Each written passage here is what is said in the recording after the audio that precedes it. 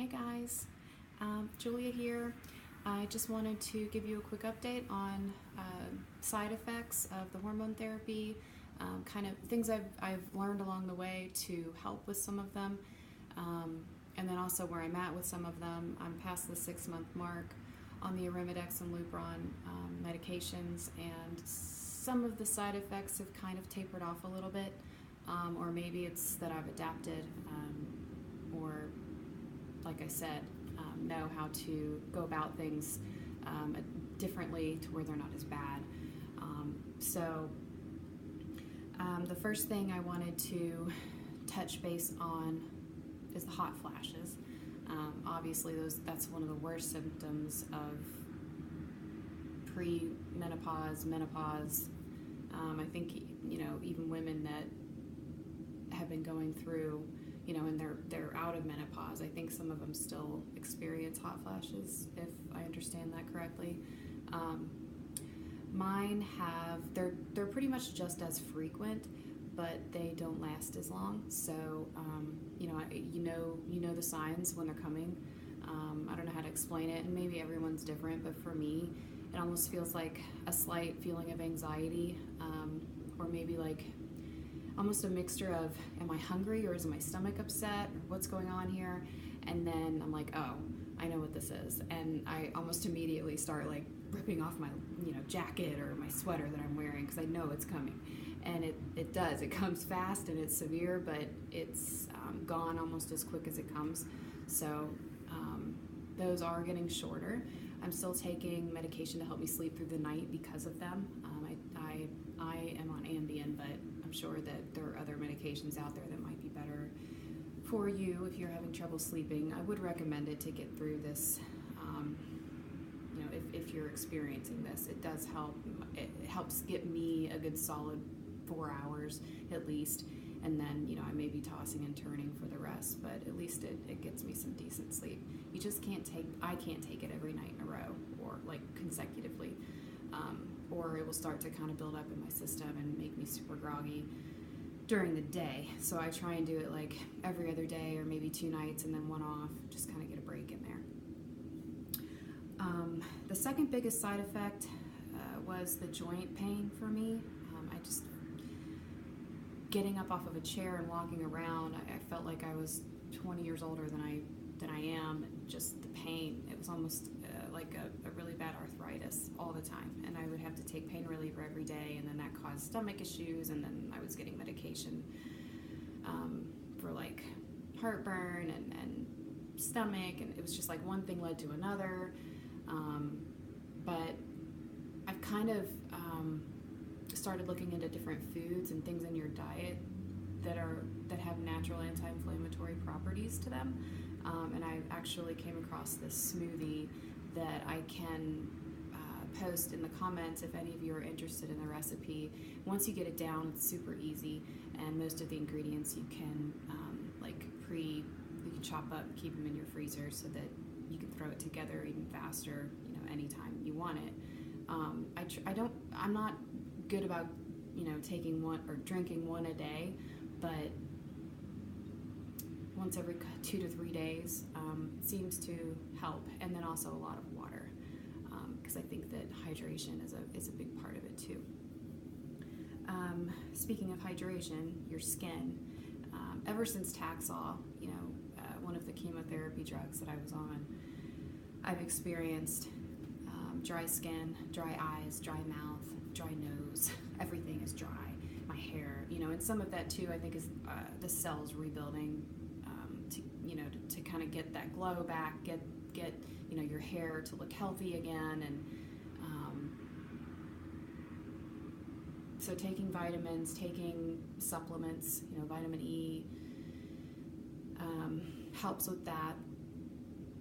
Also, really good moisturizers, and maybe too, because I'm in my mid-30s, that has just become so important to me, to moisturize. I've always used a moisturizer on my body. In my 20s, I started using one on my face, but now, I just think it's more important than ever to keep your skin hydrated, and also a good conditioner for your hair, and obviously nothing too heavy to where it's going to make your hair flat, nothing too oily to where it's going to make you break out. The medication that I'm taking also has a tendency to make me break out. My skin's very sensitive to certain products. I can't use certain products that I used to use. I've had to kind of change up my routine and find different things to work for me. But I have really started to like, and it's affordable, that Neutrogena line, the HydroBoost line. So they have body lotion, they have face lotion, they have face cleansing creams, gels, exfoliants, eye cream. It goes through the whole, it could take, except for your hair, I guess, it could take care of pretty much your whole entire body. And it's the first lotion I've actually used on my body where my skin didn't chap in the winter. I've always just had really dry skin in the winter time, and so I thought I'd share that. It's got, I think it's called hyaluronic acid in it, and I think that's the main ingredient that helps retain the moisture in your skin. So I would highly recommend that if you're experiencing dryness. Also, keep a good eye lubricant on hand with you, like carry it around in your purse or whatever. I was seeing floaties and spots and experiencing some blurry vision, and I went and got my eyes checked. Everything seems to be okay, but he basically said I have like a chronic dry eye, and I'm almost positive that's from chemo. So I would keep a good eye drop on hand.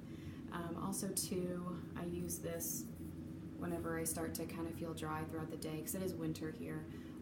Just spritz a little bit of this on my face, and it can, if you have on makeup, it can actually kind of give it a nice dewy, almost freshen it up. If you're not wearing makeup, it's still nice and gives your skin a little bit of moisture throughout the day without having to rub a bunch of creams on. Because of my breaking out, I've had to completely switch up my makeup routine, and I'm currently using a BB cream and a foundation from Clinique that's actually part of their Acne Solutions line. And I can't believe I'm saying that at 36 years old, but it works, and it's actually a really good line. So you just got to be careful around your eyes, because it's got a little bit of that medication in there for acne. So you don't want to dry out this area. Just make sure you kind of protect that area with a different cream. I also have this tinted eye cream that I put on before my makeup, and that kind of helps guard this area from some of the ingredients in that acne foundation. Also too, for those of you that have gone through chemo and lost a lot of hair or your eyelashes, whatever, when they're growing back, I've found a great mascara. I use tons of mascara. I tried false lashes, I tried the lash extensions, but I've kept coming back to this Too Faced Better Than Sex mascara, and it comes in the small size and the big size, but I find the small size is perfect because by the time you get to the end of it, it's starting to dry out. So it's easy to carry around like in your purse or whatever, but it just does such a good job of thickening the hair, the lashes, and making them look twice as, like you have twice as many. Length, it does a pretty good job on that, but with what I've gone through, I'm more interested in thick lashes as opposed to long. Dry shampoo, I'm still coming back with my energy levels from treatment, and showers feel great, but they're a pain, and I don't like shaving in the shower anymore. I don't like washing my hair in the shower anymore. It's just like the least I have to do during that process. I don't want to say that I'm lazy. I'm just tired, and so I've been searching around for different dry shampoos to kind of get me through more days to where I can not have to do my hair every time I take a shower or every other time, because it's kind of an ordeal, getting the dryer out and then the different products, and whether or not you use a flat iron or a curling iron or your round brush or whatever. Like, there's just a lot going on that you weren't doing for a long time, and it's a lot on your body. But anyway, I ran across this. Actually got it for a trip that I recently went on because it was under the 3-ounce size for the plane, and it was like, it's the best dry shampoo.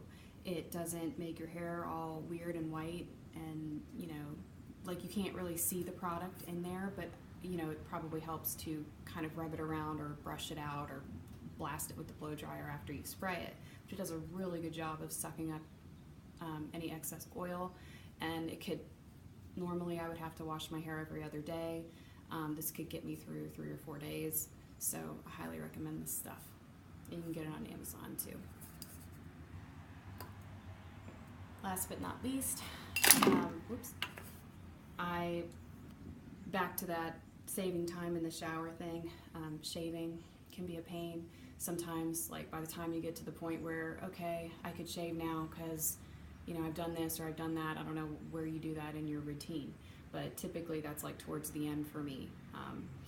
And I'm tired, so I'm like, but my husband got me this Flawless Legs. I guess it's sort of an electric razor, but you can also you can use it on your arms, your legs, wherever you want. But it's nice to have something like this on hand. If you don't get around to it in the shower, you could do it while you're sitting down watching TV or whatever. I also got the Flawless Brows, and I use this for the facial hair. Another horrible side effect of these hormone drugs, you get some crazy facial hair, like out of the blue. You know, you won't really have it for a few days, and then all of a sudden it's like they grew overnight, and your eyebrows, and you're having to pluck, and you're just kind of freaking out. You don't know what to do. But this is great. Pretty much covers all of the main areas, eyebrows in the middle. If you might have something up here on your lip or on your chin, I would get one. It's only $20. I think that's all I'll give you for now. I know that was a lot of information. Oh, also my mom got me a like necklace fan. It's like this mini fan, and whether you wear it around your neck or you just carry it in your purse, it's good to carry one of those around for your hot flashes, just to have that on you, because you literally feel like you are on fire on the inside. And also I've noticed that alcohol can make them worse, the hot flashes. So if you're a big drinker, it's not going to be as enjoyable anymore, but you will find certain drinks that, you know, that if you really enjoy the taste, you can have, you know, a glass or two. Like, I'm a big red wine lover. I love the taste, and I really enjoy it at dinner, or, you know, a glass at night after a long day, a glass or two. But sometimes, you know, if it can affect my hot flashes. So, you know, I used to enjoy beer, not so much anymore. One glass, I can have a hot flash. So you'll get to know your body, what you can and can't do, and honestly, you think, oh, I can't give that up. Not just talking about alcohol, but anything. You think, oh, I could never give that up. But once you start feeling uncomfortable enough over and over, and you start noticing the patterns, you'll give it up. You won't have a problem doing it because you just want to feel good. So I think that's it.